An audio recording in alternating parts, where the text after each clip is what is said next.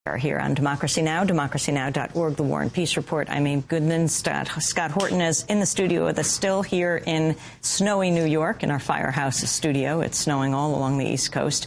And joining us from Birmingham, Alabama, is Don Siegelman, the former governor of Alabama. Don Siegelman, welcome to Democracy Now! Once again. We saw you at the Democratic Convention in Denver. Your response to the chair of the House Judiciary Committee issuing a subpoena for Karl Rove. Well, my spirits are lifted, but we've seen this once before, so it's not a question of John Conyers' commitment. We know he is committed to seeking the truth. I think it's a question of how intense the people of this country feel about reaching the truth, and whether we're going to get behind John Conyers and give him the support he needs by calling, writing, and faxing our members of Congress and telling them that we want justice done, which starts with bringing Karl Rove before the Judiciary Committee. And he can either plead the fifth or tell the truth or lie, but he needs to be before that committee.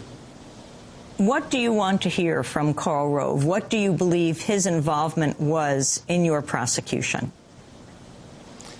Well, I was brought to trial 1 month before the Democratic primary by Karl Rove's best friend's wife, who was the U.S. attorney in the Middle District of Alabama, on charges that the New York Times said have never been a crime in America. Grant Woods, who's was the Republican Attorney General from Arizona, said that they couldn't beat Siegelman fair and square, so they targeted him with this prosecution. We have sworn testimony from a Republican political operative, Jill Simpson, who said that she was on a conversation with my prosecutor's husband, who said that he had talked to Karl Rove, and Rove had spoken to the Department of Justice, and everything was wired in for the Department of Justice to pursue me.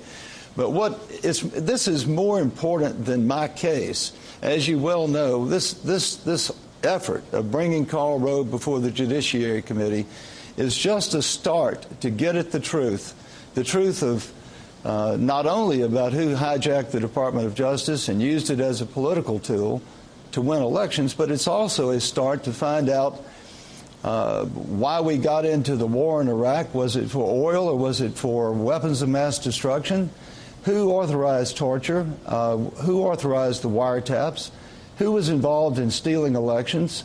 But this is far more important than my case or Karl Rove. This is about restoring justice and preserving our democracy. And, you know, Dennis Kucinich is talking about a Truth and Reconciliation Commission, but we need an accountability and a responsibility commission as well. We need to make sure that those people who were involved in these nefarious activities are held accountable and are punished so that these things are less likely to happen again in the future.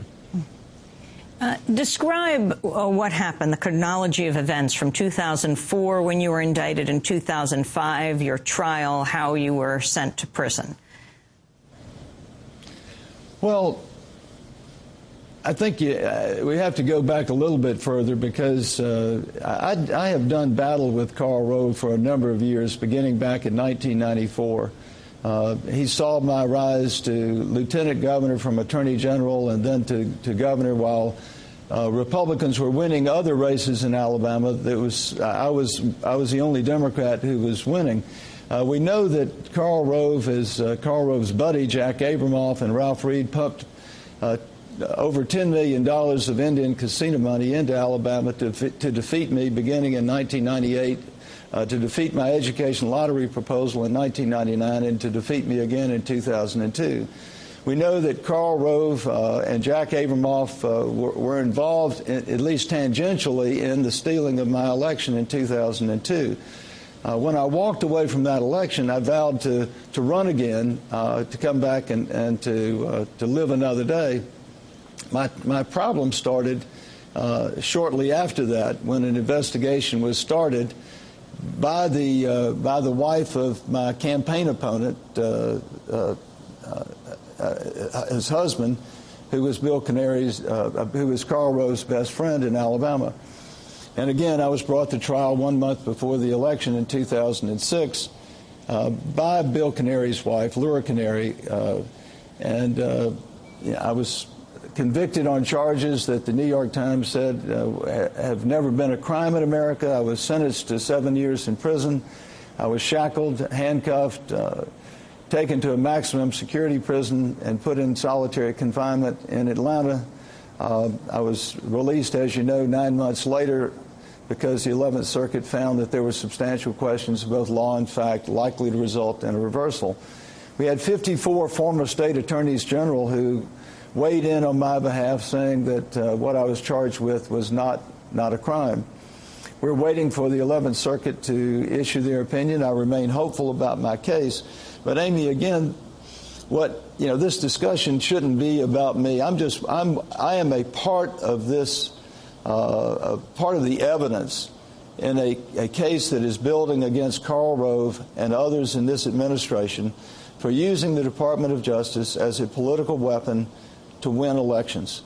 And I think that what we need to do now is get behind John Conyers and Nancy Pelosi, who recently said that she too felt like that the truth must come out with regard to who politicized the Department of Justice.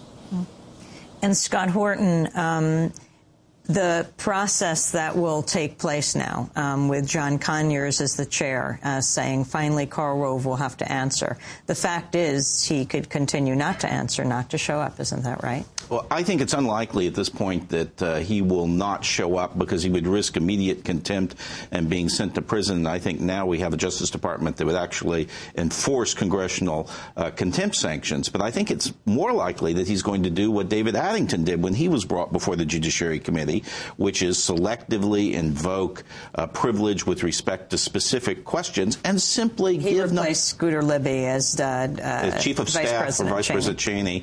And I think he will simply give non-responsive answers. But, here the invocation of privilege has been very problematic because Karl Rove has been all over the country discussing these matters. He's done it on Fox News. He's done it on other cable network stations. That makes it very difficult for him to say, I can't answer your question.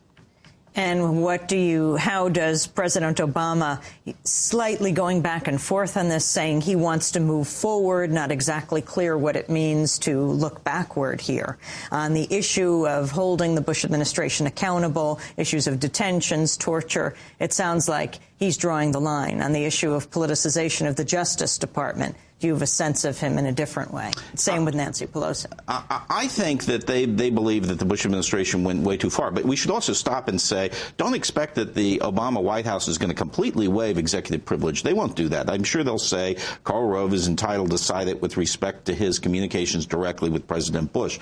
But all these peripheral matters, he's going to be forced to give answers. And the executive privilege, he's also going to have to answer to the special prosecutor, Ms. Dennehy from Connecticut, and all these things. And she may very well wind up going after him. I think his big concern has been talking about this under oath because that gives rise to new crimes if he makes false statements, and he's very much aware of that. He went through that before with the Valerie Plame matter. He really dodged a bullet in that case. He could very well have been prosecuted.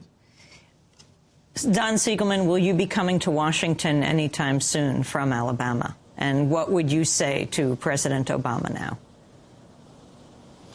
Well, I would say that, one, I wake up every morning with a smile on my face because I know that we have a competent and capable president. We have an African-American as president, and George W. Bush is back in Texas. I would say that with regard to his wanting to look forward rather than backward, I think that's important that he continue to focus on the issues that are important to the future of this country.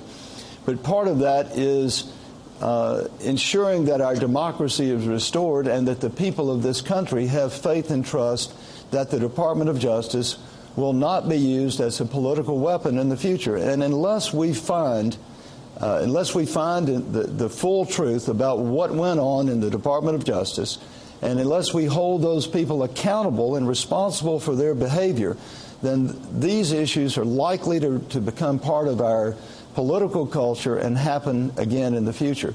Now, keep in mind, too, Amy, the President Bush has had, and Karl Rove has had 8 years to embed his people, those of like ideological mind, within the Department of Justice itself and also in U.S. attorneys' offices, not just as U.S. attorneys, but as assistant U.S. attorneys.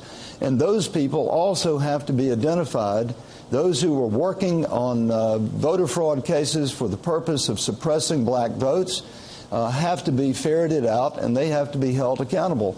This is not going to be something that is going to happen overnight, but President Obama should be committed to ferreting out the truth and holding those people accountable so that this kind of abuse of our Department of Justice is less likely to happen again in the future. Governor Don Siegelman, thank you very much for joining us, former governor of Alabama. He was indicted and tried, convicted, served 9 months in jail, ultimately was released pending appeal. This is Democracy Now!